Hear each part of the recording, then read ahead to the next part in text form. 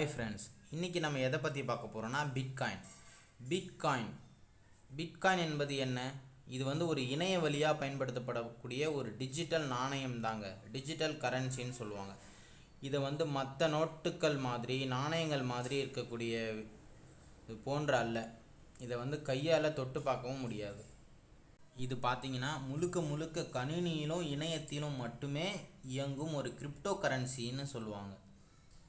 அதாவது systematic and networking மூலயமா control பண்ணக்கூடிய ஒரு சிஸ்டமேட்டிக் தான் இது கிரிப்டோ கரன்சி ஆகும். இது புரிந்து கொள்ள சில அம்சங்களை பற்றி நம்ம பார்ப்போம். 2 அம்சங்கள் இருக்குது. இது ஃபஸ்ட்டு ஒன், இது எப்படி வேலை செய்யுதுன்னு பார்ப்போம். அதில் ஒரு 5 பாயிண்ட்டாக நான் சொல்கிறேன். ஃபர்ஸ்ட், நமது சாதாரண பணத்தை ரூபாய் டாலர்லாம் இருக்குல்ல, இதை நிர்வகிக்க வங்கிகள் பேங்க்ஸ் தேவை.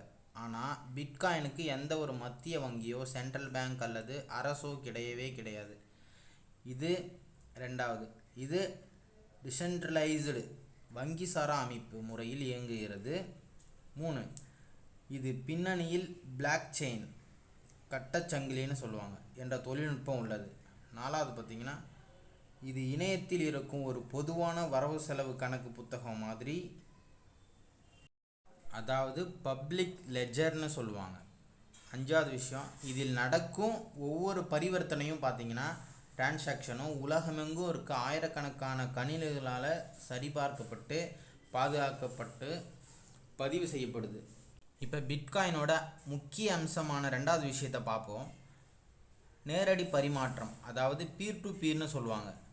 நீங்கள் இன்னொருவருக்கு பணம் அனுப்ப நினைத்தா வங்கியோட உதவி இல்லாமல் நேரடியாக அவருக்கு பணம் அனுப்ப முடியும். இதில் 2வது விஷயம், வரையறுக்கப்பட்ட அளவு லிமிட்டட் சப்ளை. உலகில் மொத்தம் 21 மில்லியன், அதாவது 2.1 கோடி பிட்காயின்கள் மட்டுமே உருவாக்க முடியும் என்ற விதிமுறை உள்ளது. இதன் மதிப்பு பார்த்திங்கன்னா காலப்போக்கில் அதிகரிக்க வாய்ப்புள்ளது.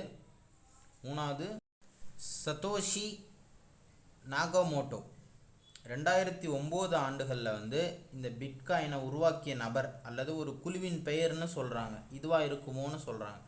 ஆனால் இவர் யார் என்பது இதுவரைக்கும் மர்மமாகவே உள்ளது.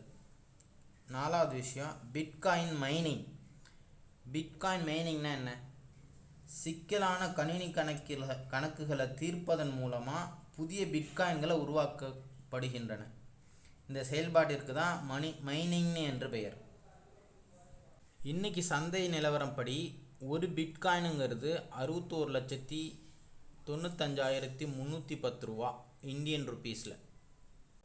இந்த அமௌண்ட் ஆக்சுவலாக ஏறக்குறைய இருக்கும் 20, 30, 60,000 வரைக்கும் முன்ன பின்ன ஹை வேலட்டிலிட்டின்னு சொல்லுவாங்க.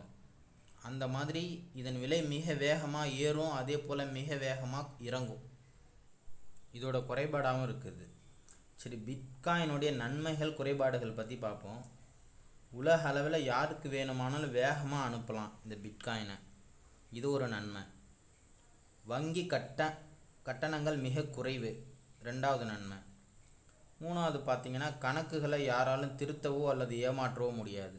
இப்போ குறைபாடுகளை பார்ப்போம். இதன் விலை வேகமாக ஏறும், அதே போல் வேகமாக இறங்கும். அதான் ஹை வெலாட்டிலிட்டி.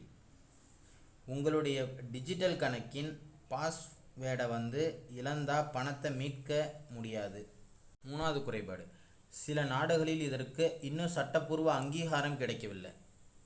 ஒரு முக்கிய குறிப்பு, இந்தியாவில் பிட்காயின் வாங்குவது சட்டவிரோதம் அல்ல. ஆனால் இதற்கு 30% வரி டேக்ஸ் மற்றும் 1% TDS விதிக்கப்படுகிறது. இதில் முதலீடு செய்வதற்கு முன் சந்தையில் அனுபவங்கள் புரிந்து கொள்வது அவசியம். Thank you friends. நம்ம சேனலை சப்ஸ்கிரைப் பண்ணாமல் இருக்கவங்க சப்ஸ்கிரைப் பண்ணுங்கள், சேனலை லைக் பண்ணுங்கள், ஷேர் பண்ணுங்கள்.